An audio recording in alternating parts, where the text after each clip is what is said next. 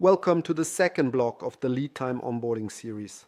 If you're watching this video, your team should already be working with Leadtime for a while. The ticket system is being used. Vacation and sick leave go through the system. Time tracking basically works, and your project structure is in place. Now it's about optimization. In this block, I'll show you how to get more out of Leadtime. Better data, better reports, better decisions. And we're starting with a crucial topic: enforcing time tracking consistently. Time tracking only delivers value when it's complete. Imagine your team only books 70% of their working time. The remaining 30% just disappears. When you then run reports, project profitability, team utilization, capacity planning, they're all based on incomplete data. And incomplete data leads to wrong decisions. That's why it's so important not just to introduce time tracking, but to enforce it. But here's the thing. It's not about control. It's about creating a culture where complete time tracking is the norm. Not because someone is watching, but because everyone understands why it matters, for the company and for themselves. Leadtime gives you the right tools for this. The first lever is clear goals. And the most important goal is how many hours per day should be billable. You'll find this setting under your company. Then employees. Select the employee, and in the Basics tab under Working Hours and Salary. Here you can set the daily billable hours. That's the target for productive, value-creating work. Important: this value isn't the same for everyone. A developer working on client projects all day might have 6 hours as a target. A project manager with lots of internal meetings, maybe 4. Support staff, depending on their role, 3 to 5. Once the goal is set, the employee sees it every day in their time rings.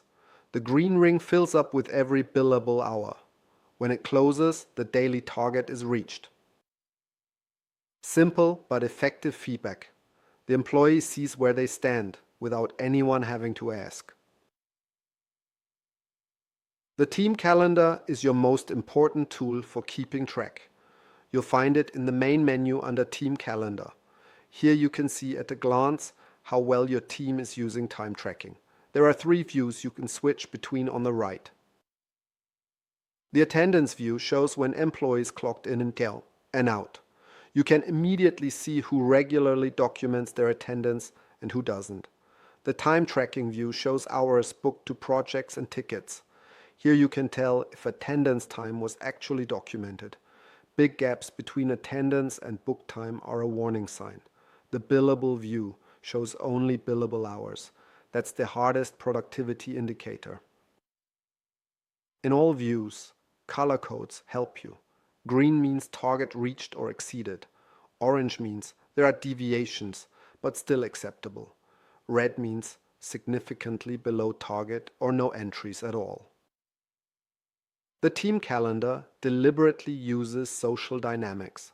When everyone sees how the team is performing, positive pressure emerges, not as surveillance, but as a shared standard.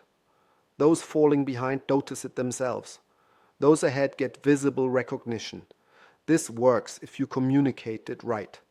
Make clear that it's not about control, but about transparency and mutual support. Sometimes people need a little nudge. Leadtime offers automatic reminders for that. You can set up notifications when employees didn't clock in the previous day, or when they forgot to clock in this morning. You'll find these settings either workspace-wide under General Settings or individually per employee in the Basics tab. And then there's Annoying mode. The name says it all. When activated, a reminder pops up regularly, as long as no time tracker is running.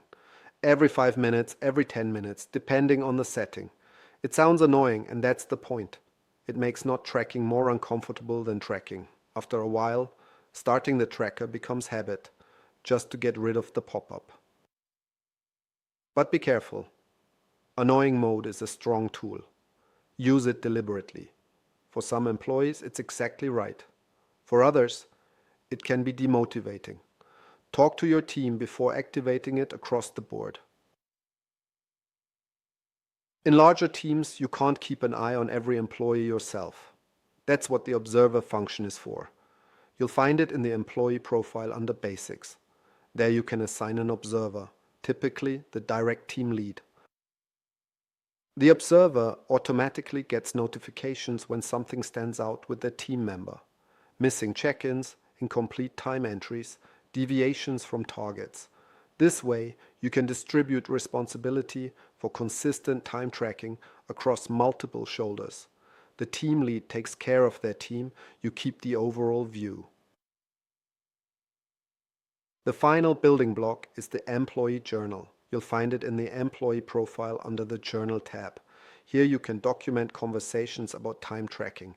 If you notice someone regularly has gaps, address it and record the conversation. You can note goal agreements. We agreed that starting next week, you'll use the time tracker consistently, and you can set reminders.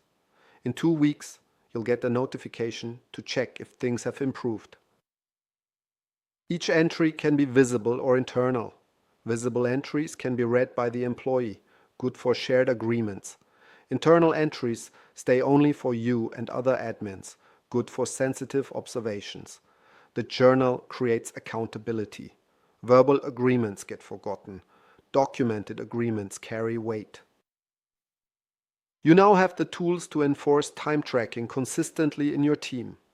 Clear goals with billable hours, the team calendar for overview, automatic reminders, and annoying mode, observers for distributed responsibility, and the journal for documented conversations. Remember, time tracking isn't an end in itself. It's about better data for better decisions. The more complete your time tracking, the clearer the picture of your productivity. In the next video, I'll show you how to use the ticket system professionally with saved views, filters, and dashboard integration.